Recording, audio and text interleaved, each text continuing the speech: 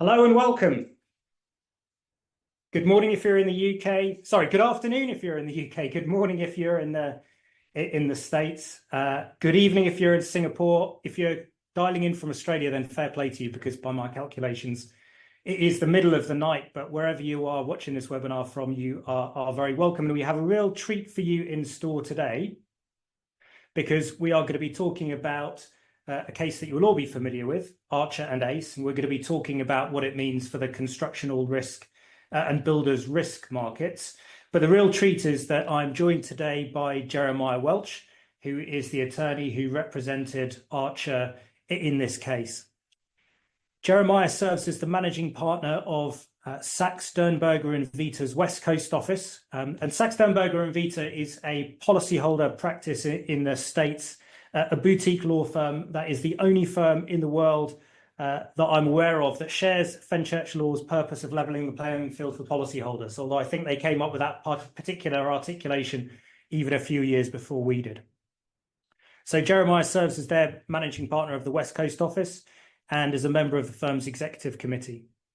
He represents most of Engineering News Record's list of the top 20 construction contractors in the USA, advising on and litigating insurance claims relating to heavy civil, industrial, and commercial construction projects.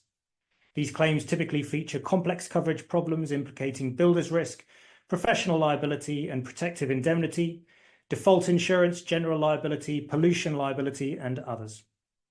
Jeremiah is also a trusted advisor to most of the major national insurance brokerages who serve the construction industry and is a frequent speaker at national conferences.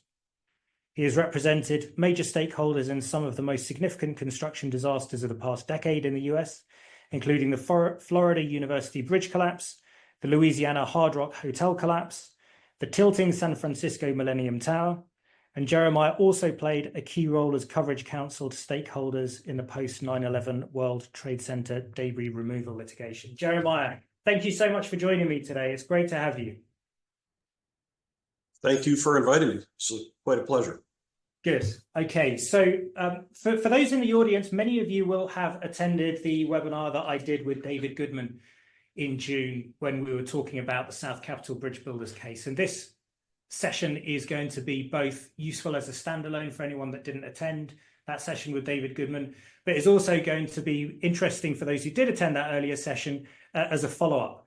And when Jeremiah talks about the key facts of Archer, perhaps he could also touch on the fact that there is actually a connection between the two claimants in South Capitol Bridge Builders and in Archer as well.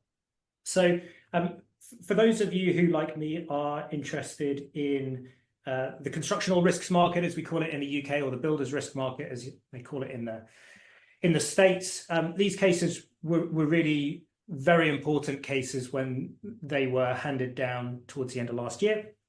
South Capitol Bridge Builders really sent shockwaves through the constructional risk market in London and across the world, throwing up questions about what the meaning of damage was and how it would be interpreted by courts in the States and elsewhere, but also raising the question of how do we interpret Leg 3, and what does that interpretation of Leg 3 mean for our interpretation of the other defects exclusions that are commonly used across the world.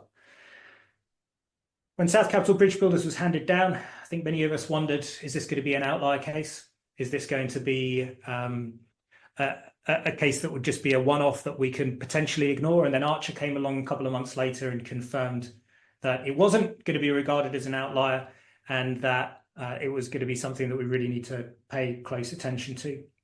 So in a similar way to the approach that I took with David in June, I'm going to be asking Jeremiah to talk about the issues that the Archer case gave rise to, and talking a little bit about the detail of that case. But I also would like to expand the discussion a little bit to what the decision means for the constructional risk and builders risk markets, looking at where we currently are in those markets following these cases, and also then thinking about where we might usefully go from here. So the format's going to be quite similar. There will be an opportunity for you in the audience to ask questions. I know this is a subject that It gets a lot of you excited. Goodness knows if we were talking to people in the streets about us getting excited about these things, that they would think we were crazy, but we are in good company today. We all have this same interest in builder's risk and the defects exclusion. So I'm going to be asking for questions as we go through. Bit of housekeeping. This session is being recorded, and everyone who has signed up to the session will receive both a copy of the slides and also a copy of the recording, which will come out tomorrow.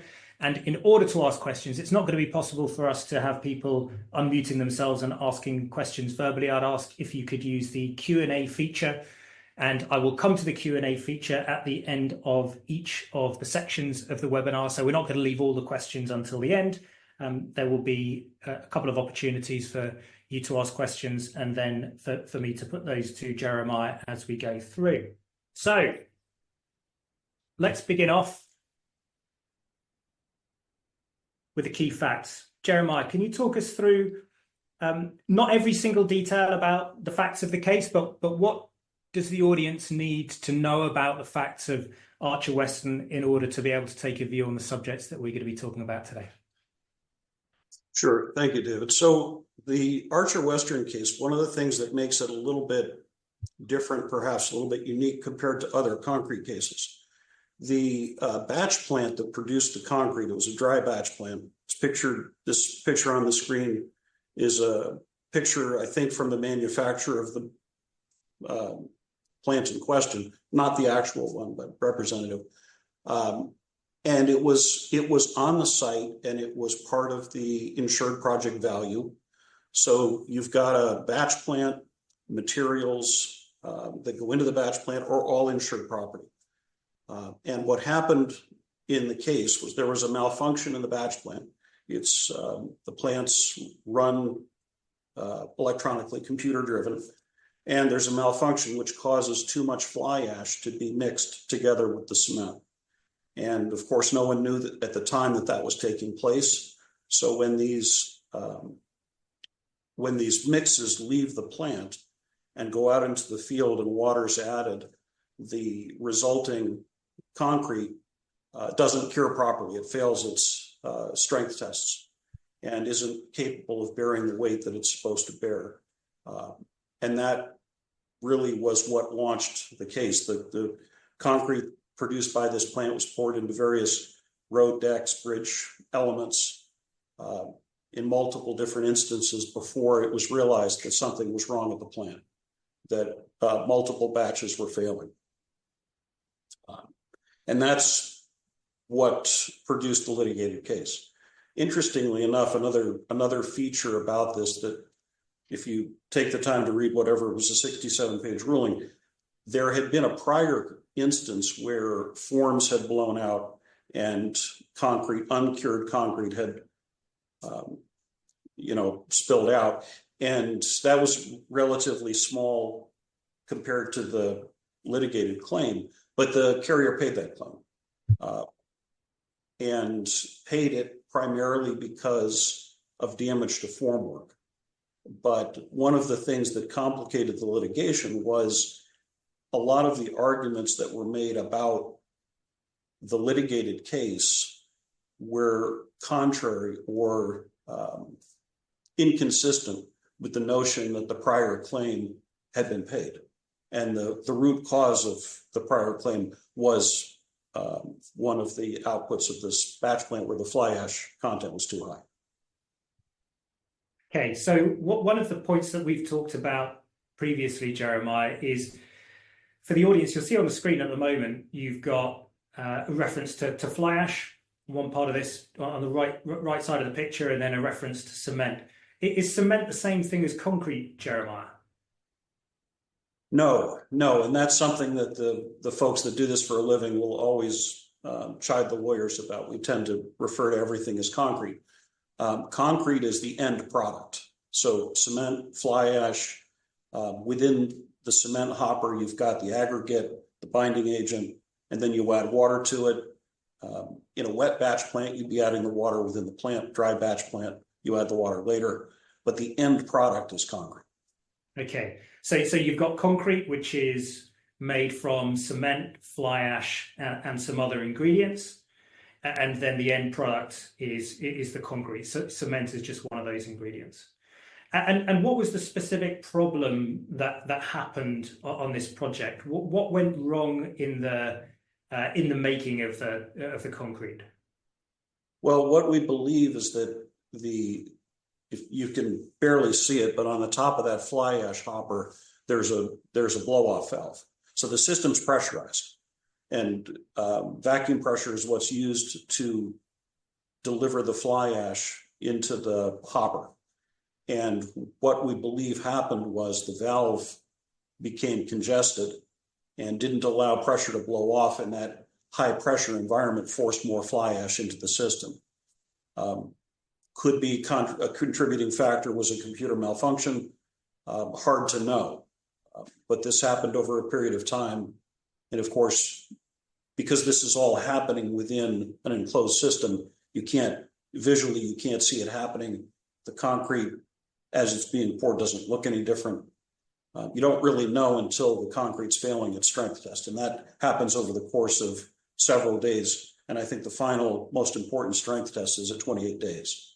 So of course, at that point, you have the opportunity for lots of these different batches to have been distributed in various places.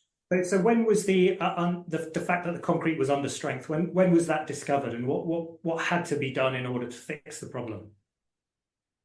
So that was discovered in individual circumstances as the concrete was failing these strength tests. And of course, when you've got a batch that fails the strength test, you have to figure out, okay, is that just an isolated event? Is that due to something, not enough water in the truck? But to then put it together and figure out, okay, there's a common problem with all of these batches that traces back to this batch point. By the time this concrete had been poured, in some instances it was poured around rebar and formwork that couldn't be salvaged. In some instances it was poured against abutting non-defective concrete batches that had to be chiseled out and repaired, as well as, of course, removing the failed batch. In some cases, the failed batches could be reinforced. So there were a variety of different measures that were taken. Okay, so you've got under strength concrete, and I'd say from my perspective, and you can tell me if you've got a different view, but we'll be coming on to this a bit more in a moment. But from my perspective, you've got under strength concrete, so that's concrete that's in a defective condition. But it's not simply the fact that you have got to deal with the fact that you've got under strength concrete. You're not just repairing that defective concrete. It's also being poured against other things. So it's being poured against undefective concrete batches, and it's being poured against other bits of the contract works which are in a perfectly good condition until they have this under strength concrete poured against them, and that has to be broken out. Okay. All right. Okay. So the key issues that I would like to talk about with you, Jeremiah, and I'm mirroring pretty much what we talked to David about in the South Capital Bridge Builders case, because I'm looking at points that are of significance from both the cases when you put them together. First question: was the insured property damaged or merely defective? So we're looking at the repair works that needed to be done. What are we looking to fix? Are we looking to fix just the concrete that was under strength, or are we looking to fix other things? So do we have damage that triggers the insuring clause of the builder's risk policy? I'd like to talk about what your judge said about the meaning of the leg 3 clause, and I'd like to have a discussion with you about what you think leg 3 means. And although I don't think it was something that was covered in a lot of detail in your case, I'd like to talk a little bit about how improvement costs should be calculated. All right. So before we get to what the judge decided and the substance of what the judge decided in relation to damage, what sort of approach did the judge take in your case in order to determine what the test for damage was? Because I think I'm right in saying that in your case, similar with South Capital Bridge Builders, damage wasn't a defined term in a policy. So what approach did the judge take to working out what the test for damage was under the law of Florida? Yeah, it really was a critical issue. And we sort of can't underscore enough how I think both of the cases too, to a large extent, are more about damage. What does it mean to be damaged than really they are about leg three. And in some sense, leg three was the sort of hapless victim of a larger discussion, which was about what it means to be defective. The court in my case obviously was very much influenced by the South Capitol Bridge Builders case. The court devoted several pages of looking at what that court had done, agreeing with that court. But when it came to damage, our judge looked not only at what the judge in South Capitol had done, but also consideration of the dictionary, but consideration of other case law. And I think, though, that to me, they all end up in the same place. If you're going at it from the dictionary, from common sense, from case law, from a construction angle, you sort of get to the same place. And I think that when I look at what the judge did in South Capitol, I look at our judge in Archer, and I look at the dictionary, I kind of end up in the same practical place. So, yes, you need a change. You need something must have happened that is of negative consequence. I think one of the things from South Capitol Bridge Builders that really jumped out at certainly those from a London market perspective were looking at this is that when the judge looked at the dictionary and seemed to ignore all of the authorities in relation to damage, including other authorities from the US, one of the definitions that he found in the dictionary was any bad effect. And any bad effect sounds certainly to English or London market ears as if it could encompass a problem that needs to be fixed, but not necessarily a problem that involves an adverse change in physical conditions. So that would encompass not just damage that needs to be fixed, which we all understand is what constructional risk or builder's risk policy is there to respond to, but also property that's merely in a defective condition that needs to be fixed. Because it's often the case, you build something defectively, and then you appreciate that you appreciate the fact that it's defective. Well, what do you need to do? You need to undertake some remedial works, but that's not the same question as whether there has been damage which triggers the main insuring clause. So I think it was that use of the phrase "any bad effect" that the judge in South Capitol Bridge Builders took from the dictionary that was particularly alarming to our ears. But your judge took a much more orthodox approach. So your judge did actually look at all of the different authorities in relation to damage. Is that right? Yes. No, that's right. Yeah, okay. That's right. And I think that one of the things that our case probably illustrates even better than South Capitol is this analysis that tries to separate what's the defect from what's the damage. And I would say, to put this in context, the leg three promise, if you will, is about the idea that we are going to cover damage resulting from defective work, design, or material. It's just then a question of how much coverage and for what, but the basic promise is there will be coverage for damage resulting from defective work. What we've seen carriers doing, and this case I think is an artifact of that, is trying to use the discussion about whether there's damage or not to sort of walk back that idea that there's coverage for resulting damage, to say that really what is the defect? And if you think about this case and you're thinking about what's the difference between defect and damage, you'd say, well, what is the defect? What's the defective work going on here? And I'd say it's the malfunction of the batch plant. It's whatever it was that went wrong, the valve, the computer, the mechanical malfunction of the batch plant that caused the mixture to be untenable. And then if you look at that and you say, okay, that's the defect to which the exclusion is speaking, then everything downstream of that is the damage. And there's been an effort to say, no, I want to pull all that back and say, no, all of that story is the defective work, right? Not the damage. The idea that batch plant malfunctions, improper mix is then aggregated together in concrete. Concrete's under strength. Under strength concrete goes into bridge elements and renders them structurally unsound. All of that is the defect. And I say, no, I don't agree with that. I think that you go back to what is the actual thing that was wrong, and then what flows from that.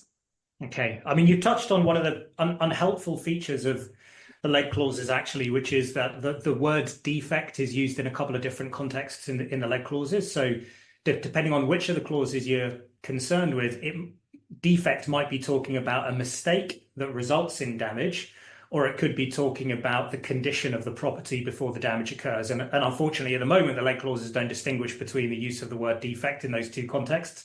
And actually, they're talking about quite different concepts, which is unhelpful. We'll come on in a little bit more detail to leg 3 itself in a little bit. But just before we do that, I just want to get you to focus a little bit more on what your judge held in relation to damage. So if we can take a little bit of comfort from a London Market perspective that your judge didn't simply look at the dictionary and did actually look at the authorities from previous cases relating to what the test for damage should be, and actually came up with something that was quite similar to what we would understand it in the London Market. You tell us about, so what was the substance of your judge's decision? What did he say was the test for damage, and how did that apply to the facts in your case?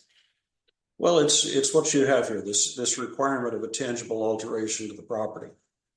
And I think that's what makes our case probably a little bit different than other concrete cases that may have gone before it. This idea that we own the batch plant and that manufacturing process is part of the insured property, as opposed to concrete, under strength concrete arriving at the project from somewhere else, from somebody else's factory, and arriving as a quote defective material.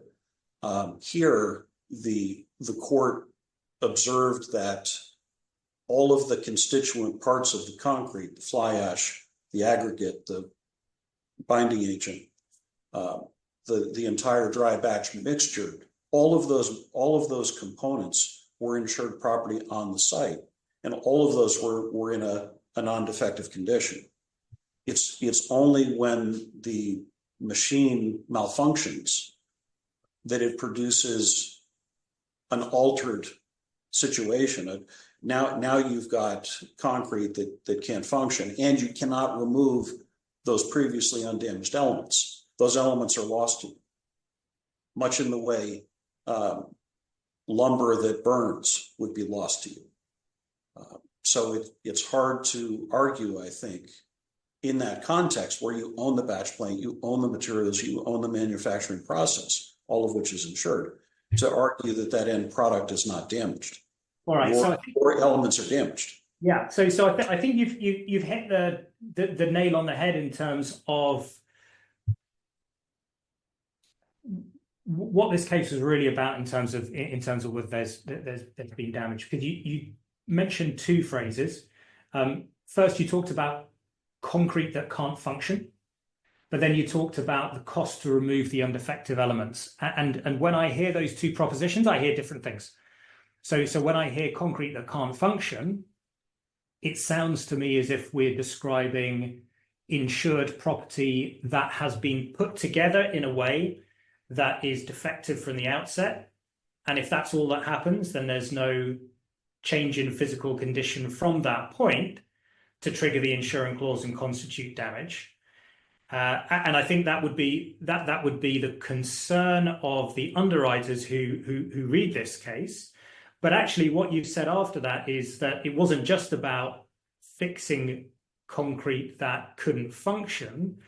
You also had a cost to remove undefective elements. So can you develop that line of thinking a little bit more? Because it seemed to me that when I read the case, and it's probably worth saying, actually, for those in the audience that don't know, that your case was an application for summary judgment on behalf of the insurer, and the insurer was unsuccessful. But actually, these issues will never get to a trial judge because the case has now been resolved. So we'll never know whether the judge would have ultimately you would have said that in your case there was damage, but your judge was on the summary judgment application was just unpersuaded by the insurer saying that there definitely wasn't damage.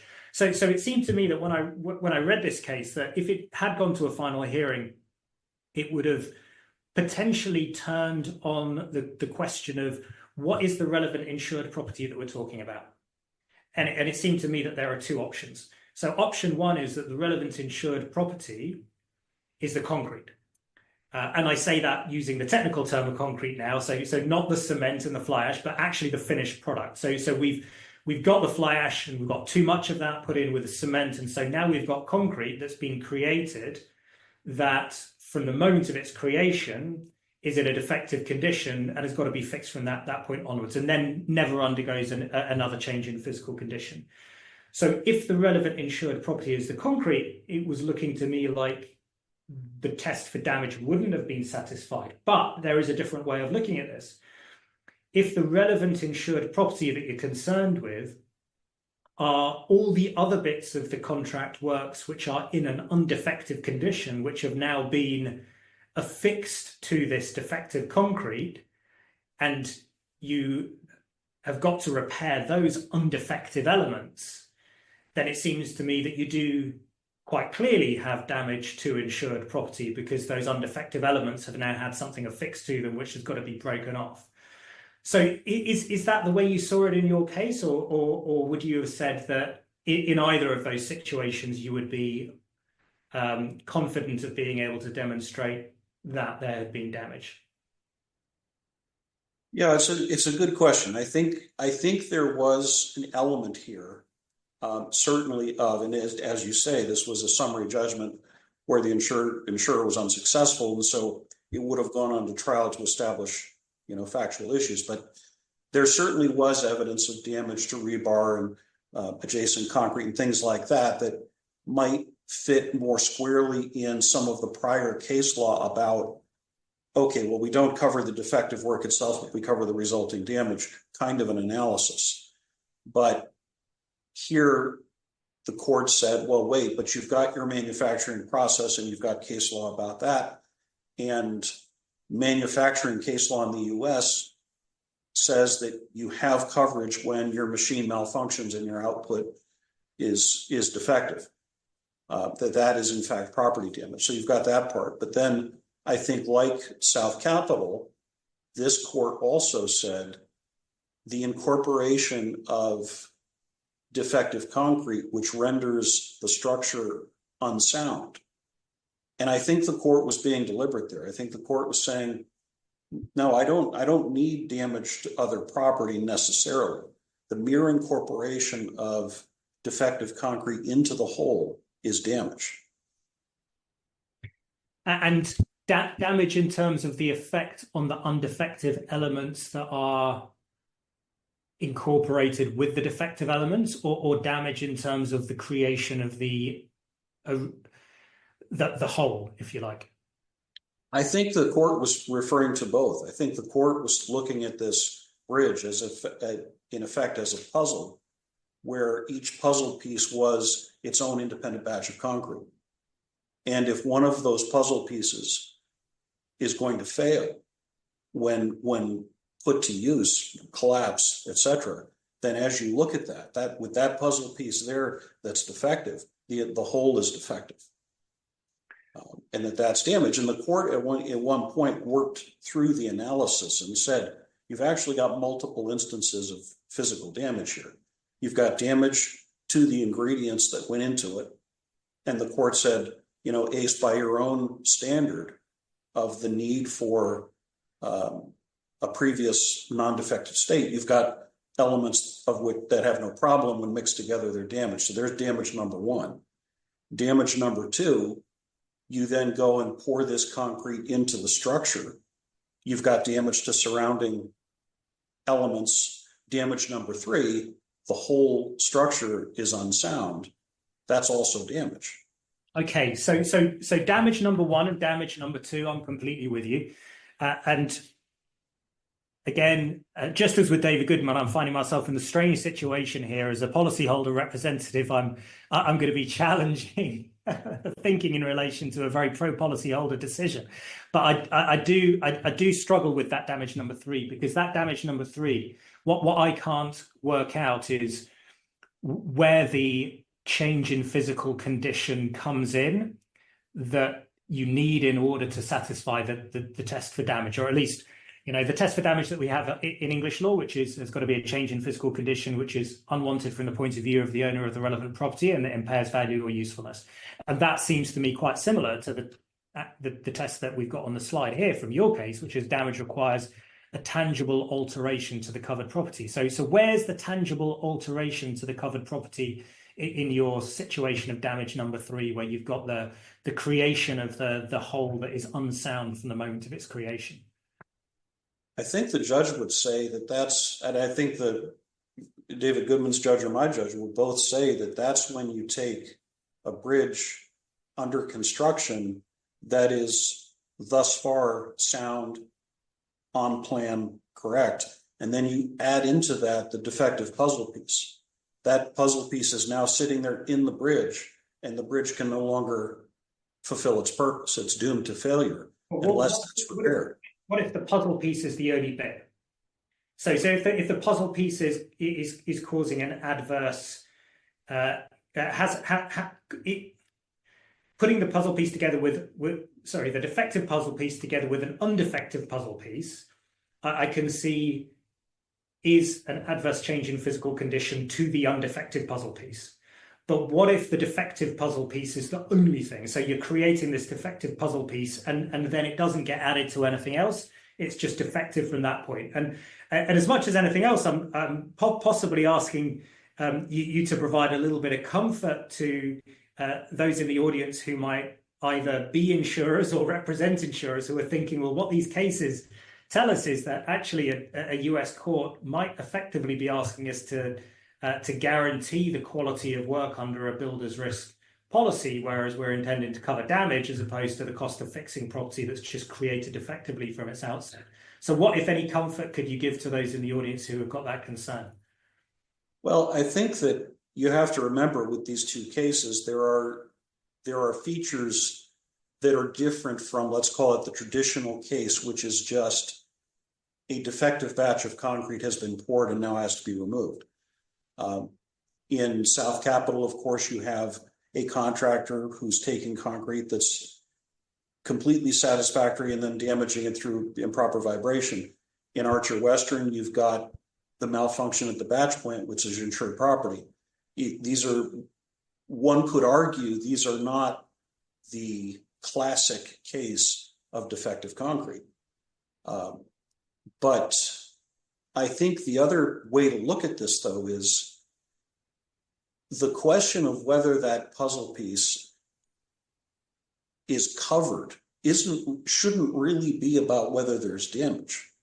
I would say stakeholders in civil contracting world would say, look, if the result of a fortuitous event is that this bridge will not stand and has to be repaired, and from my perspective as a design builder, general contractor, that's fortuitous, that should be damage. The question then is, that's where the magic of leg 3 comes in and says, okay, well, if that damage was caused by defective workmanship or material or design, what do we do about it? But to say it's not damage in the first instance, I think is difficult.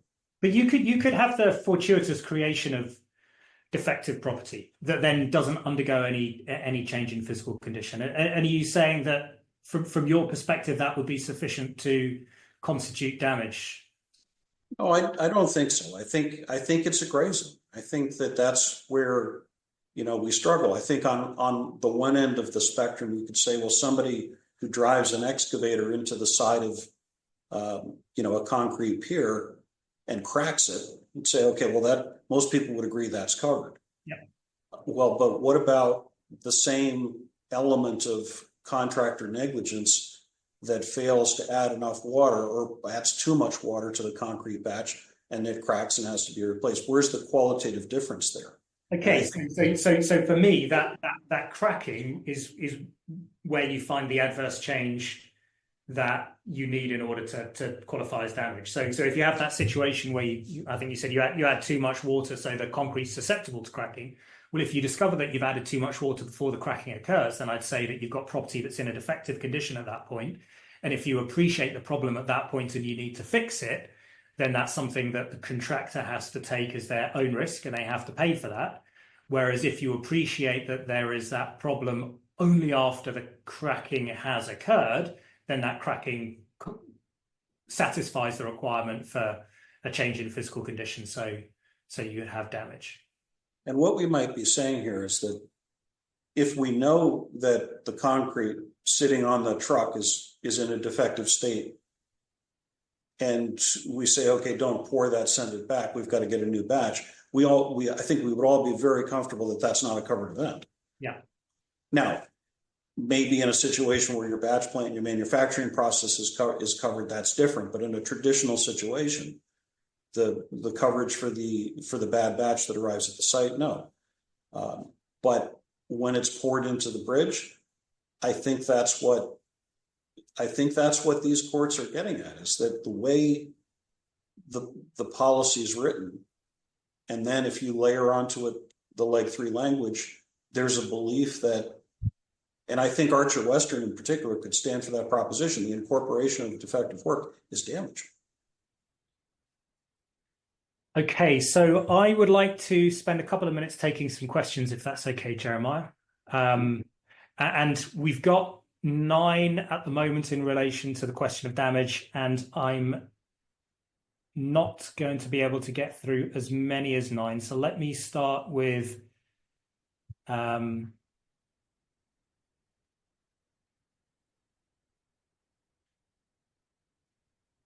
okay, so the first one, what are your views on insureds adopting and insurers requiring the use of in situ concrete monitoring technology to mitigate concrete defect risk in real time, whether it's understanding potential deviation from the intended design mix or for the identification of voids that can result in honeycombing, as in the case of South Capitol bridge builders? Even if these events are or are not considered damage, should parties not be looking to mitigate this risk through technology available today? What do you think, Jeremiah? I think in concept that's an excellent idea. And I think that it would seem to me that if in fact such technology existed and would work, that the insureds themselves would be the first ones to adopt this, because I think unfortunately there's probably a percentage that all of folks that pour concrete would tell you have failed batches. And if there was a way to decrease that percentage, certainly before it gets deployed, I think that would be good. What I'd want to know, though, is from the technical folks, is that technology available? Does it work? The biggest thing you hear people ask is, okay, is that going to slow the project down somehow? Is it actually workable in the real world? And if the answer is yes, then terrific. I mean, let me ask a follow-up question to that. How often in your experience do contentious builders risk disputes relate to damage to concrete as opposed to damage to other things? Do you see concrete as a particularly contentious material? Yeah, I do. Because of this issue that, well, it takes a long time to cure. The experts would say months, year, it's constantly curing, things like that. But in the practical world of the project, you're doing a 28-day strength test. So it has, right, wrong, or indifferent, over the last 5 years, concrete cases especially attract the argument, well, the concrete was never in a satisfactory state, so it can't be damaged, which both of these judges kind of laughed that position off and said, well, and it's interesting because in all of the responses to these decisions, not one example that I've seen has said anything about something needs to be in a satisfactory state. So I feel like that argument was made of whole cloth, but those positions are what kind of forced these cases to happen. Okay. So one more short question before we move on to talking about leg 3. Do we know what the computer malfunction was and how it was introduced and discovered? No, we don't. And again, the case settled shortly after this decision, so it never went to trial, and these things were not fully explored. But in the moment that this was being discovered, the thought was that there's a valve, the blow-off valve, just a purely mechanical element of the silo, and in the Florida, heat and humidity, that this valve was getting stuck and it wasn't allowing pressure to blow off. That was the leading theory for a while. And then there was question about whether could it just be a mechanical problem in the programming. The machine isn't doing what it's been told to do. And of course, you set the parameters, you set the mixture, and the machine takes care of it. There's no real human element in it. And we were thinking about, we knew that the result was too much fly ash is in these batches. And we sort of ruled out the idea that happened. Materials were all tested, the materials were fine. So it's not as if this happened before the project site, and there was full agreement on that. So somehow in the batch plant, too much fly ash got in, and there was only a handful of ways that could have happened. Okay. All right. So I'm not going to have another question, but I will just read out one comment, which I think kind of hits the concern nail on the head.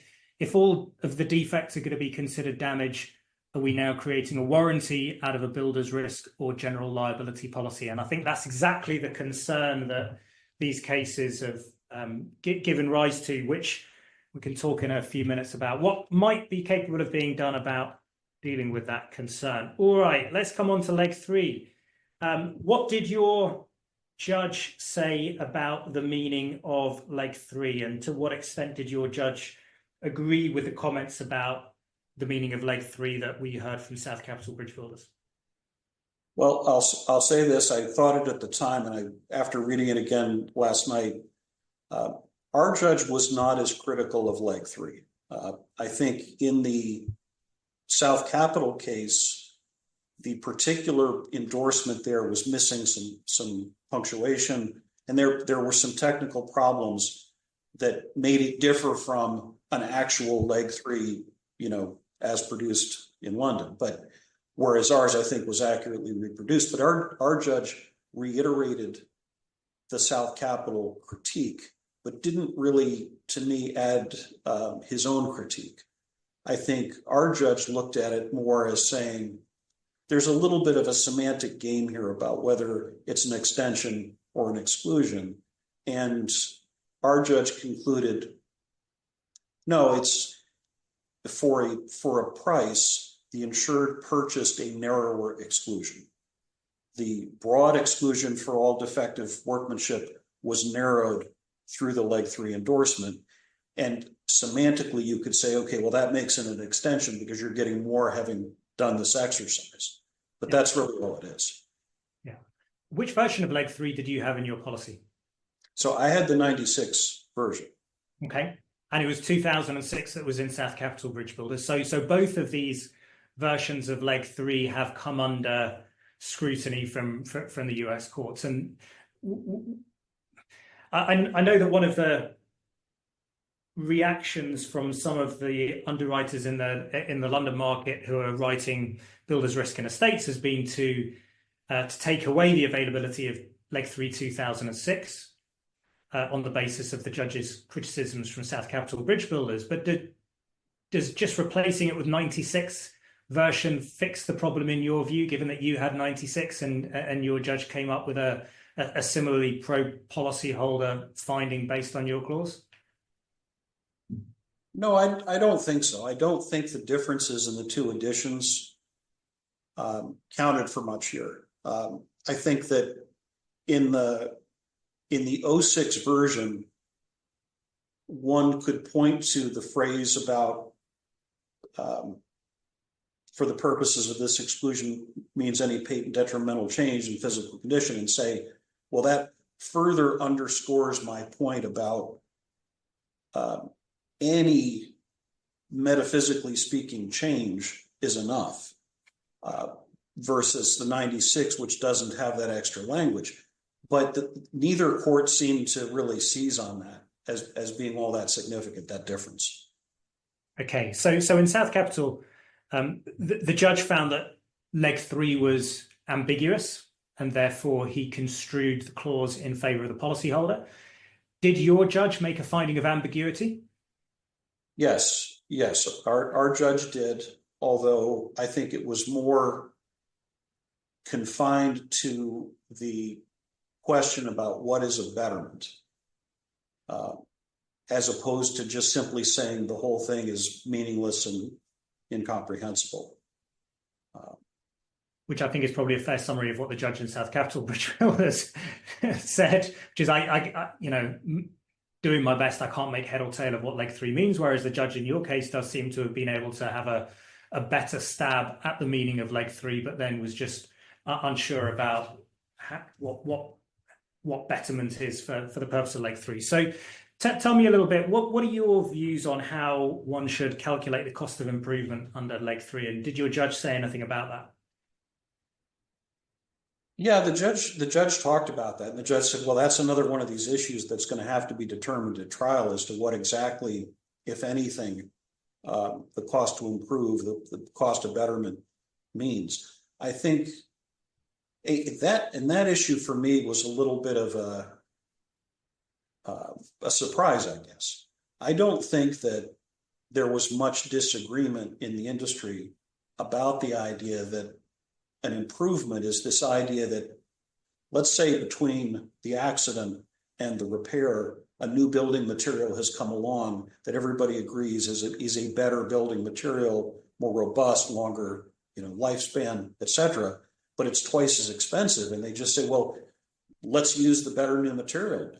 I think leg 3 is clearly saying, well, no, we don't pay the cost of that upgrade. That's on you, which strikes me as fair. But this is another problem with I think the positions that were taken in these cases. Here, in both situations, the insurers argued that no, repairing something that's broken is an improvement. And the reaction we had to that was, well, that's ridiculous. Then nothing's covered. You can't say that you're effectively saying that the exception swallows the rule. And the court wrestled with that a little bit and said, yes, intellectually you could say that if something's broken, any change for the better is an improvement. And so therefore the exclusion's ambiguous and the policyholder wins. Kind of punting that issue, but I don't think that was really the crux of what ACE was trying to say, was that, anytime you fix something, that's an improvement and it's not covered. That would border on the ridiculous. Okay. So how about this? So none of the courts that have looked at these cases, whether it's South Capital Bridgeville as Archer or the Sky and Riverstone case from the UK, which was looking at DE5, have actually yet tackled the question of how you calculate cost of improvement. So how about this as a way to approach it? You've got a 3-stage test. The first stage of that test is that there needs to be a difference between the remedial works and the original works. If there's no difference between the remedial works and the original works, then you can't have a cost of improvement. If there is a difference between the remedial works and the original works, then you ask yourself if that difference provides a tangible benefit in some way. So it could be, we had silver taps originally and now we got gold taps. Okay, that's a tangible benefit, or it could be a different kind of tangible benefit. It could be an increased factor of safety. Again, if there's no tangible benefit between the remedial works compared with the original works, then you can't have a cost of improvement. But if there is a difference between the original works and the remedial works, and there is a tangible benefit that results from that difference, then you ask yourself, is there a cost that attaches to the way in which the difference provides a tangible benefit? That sort of 3-stage test, do you think that gets you to a reliable answer in relation to cost of improvement, or at least gets you most of the way there? I think it does. I think I think in a way it kind of illustrates one of the problems of what happens when you litigate these things in the U.S. somebody could still, I think, even with that, try to argue, well, but this is an improvement because because the original plan was doomed to failure. That's probably I think one of the hardest struggles is, well, what if through failure during the course of construction, we learned that the plans were never going to work? What do we do with that? Is that correction the repair, or is that correction an improvement?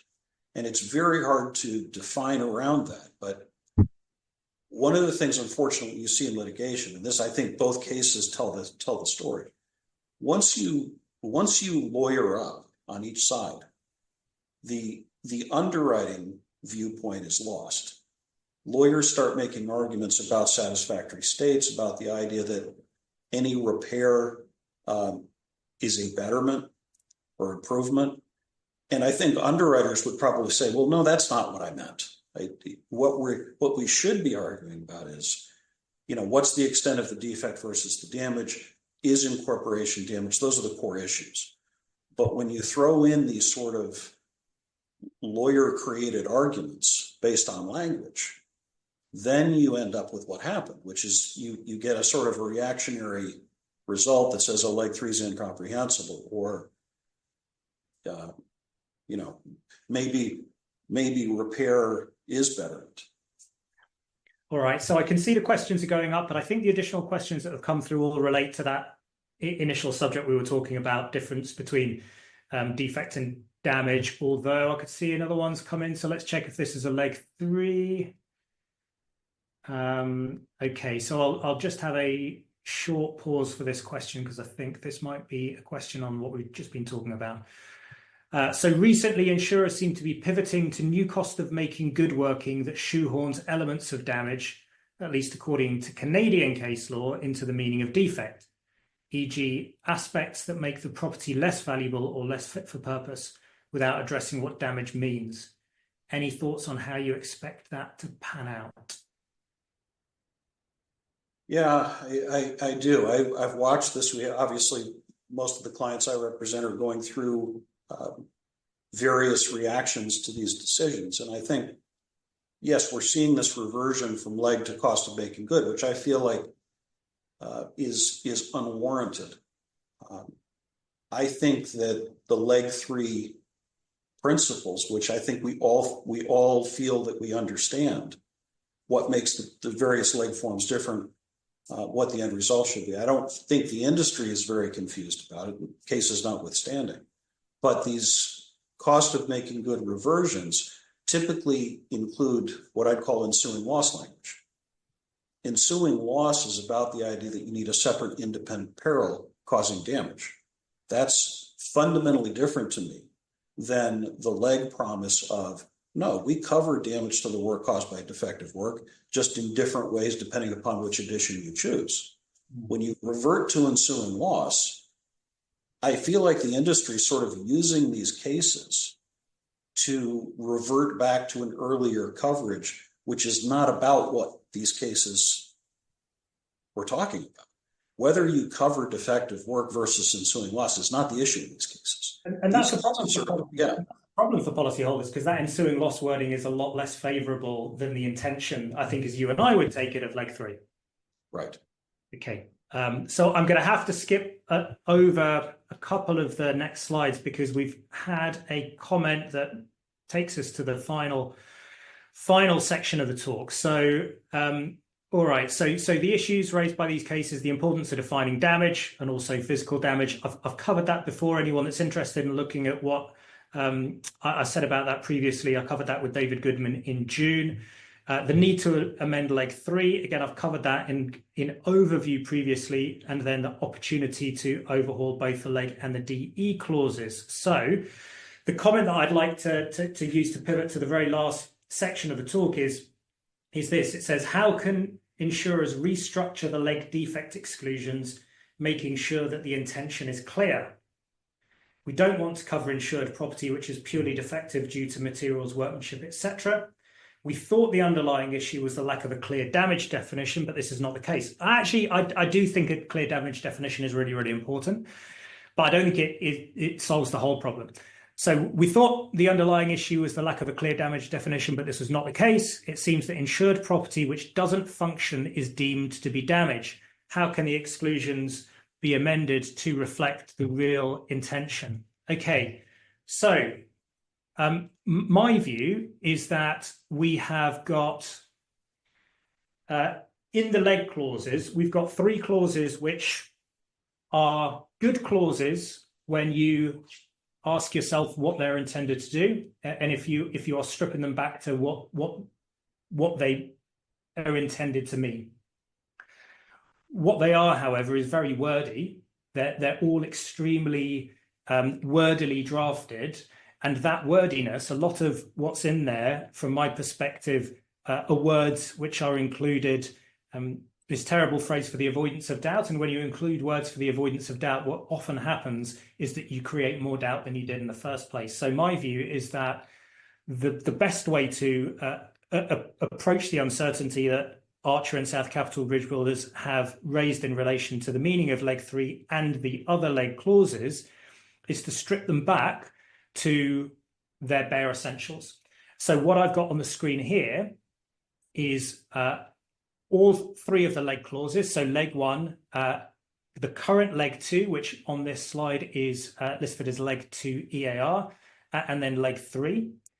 And then I've also added in an alternative version of leg 2, which is leg 2 intended for CAR projects as opposed to EAR. I should say that one of the audience who shall remain nameless, it was actually the origin of rebranding leg 2, the current leg 2 plus a new leg 2 in the taking a revised version of D3 as leg 2 EAR and leg 2 CAR. So that's not my idea. But what I've done with these clauses is to keep the wording from the current leg clauses that you need in order to understand what the leg clauses are intended to mean, and then strip out the words which it seems to me only obscure that meaning. So I'm going to read through each of them. And Jeremiah, I'd like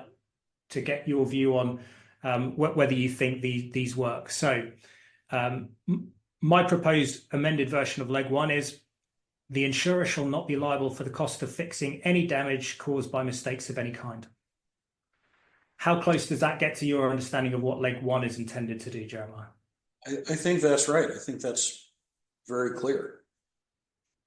That's the only clause which actually does include any new wording. So mistakes of any kind is my phrase, but the rest of it is just taking the wording that was originally in leg 1. Then leg 2, so this is the original leg 2 amended, so now rebranded leg 2 EAR. So should damage occur to any portion of the insured property which was in a defective condition before the damage occurred, the insurer shall not be liable for the cost that would have been incurred to fix the defects in that portion of the insured property immediately before the damage occurred. How does that sound to you, Jeremiah? Yeah, I think that's clear. So again, this is just stripping out words from the current version of leg 2, which it seems to me obscures the meaning, but not adding in anything new.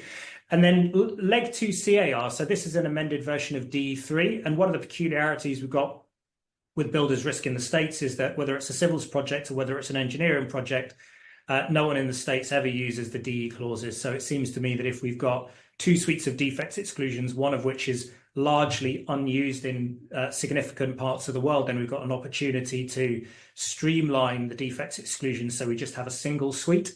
So the civils version of leg 2 would read, the insurer shall not be liable for the cost incurred to fix any portion of the insured property which was in a defective condition immediately before the damage occurred. So that's intended to preserve the meaning of D3. And then leg 3, the insurer shall not be liable for the cost incurred to improve the original material, workmanship, design, plan, or specification. And that leg 3, probably that's the most important one for me to get your comment on, Jeremiah, because I'd be interested to know if that captures your understanding of what leg 3 is intended to do, because if it does, what's really interesting is that that's a lot shorter than how leg 3 is currently drafted, but it doesn't introduce any new words. It just removes the words in the existing version of leg 3 that seems to me just get in the way and confuse matters. Do you think there's anything missing from that version of leg 3? No, I don't. I think, could somebody still argue about what it is to improve, whether improve equals repair, I suppose. But again, I don't really view that argument as all that serious. But I think that's a good point, and I think that is something that's outstanding. So I regard the must-haves that come out of South Capital Bridge Builders and Archer as you must have a damage definition, you must have an amended version of leg 3, and then I think there are some nice-to-haves, and I think nice-to-haves include let's amend all of the defects exclusions, but the other nice-to-have actually is probably would be worthwhile having a definition of what improvement means in this context. And I think that would be an interesting thing to be done. Okay, so we are over time. So if anyone needs to rush to their next meeting, please feel free to go ahead. But for anyone that is interested in listening to a couple of these questions about the leg clauses, I will read out a couple of them. Under your proposed leg 1, the previously mentioned scenario of an operator of a bulldozer accidentally hitting a pier and damaging it would be excluded. So that's true, and that's a peculiarity of leg 1 as compared with, for instance, D3. So leg 1 is concerned with causation. So if the damage under leg 1 results from a mistake of any kind, then that is intended to be excluded. Whereas with the bulldozer accidentally hitting the pier, that wouldn't be excluded if you had, for instance, D3, which is concerned with the condition of the property before the damage occurs. And last comment, noted the advice is to reword the defect exclusions and define damage too. What about defining defects, given that these two words are key? So I don't think you need to have a definition of defect. I think it's only necessary to have a definition of damage, because then the question is a simple question of whether you meet the definition of damage or not. And I also think it's important to understand that when we're talking about damage and defects, we're not talking about like for like, we're talking about apples and pears. So when we're talking about damaging, we're concerned with a happening. So it is something that happens, and that's where you get the change in physical condition requirement. Whereas when we're talking about defects, we're talking about the condition of the property. Okay, Jeremiah, thank you so much. We've come to the end of the session. We're a few minutes over, so I feel we need to let the audience go. But I'm very grateful for your time today and for sharing not only your time today, but talking to me about these cases in the lead up to it. It's been a fascinating journey. Thank you very much. Thank you.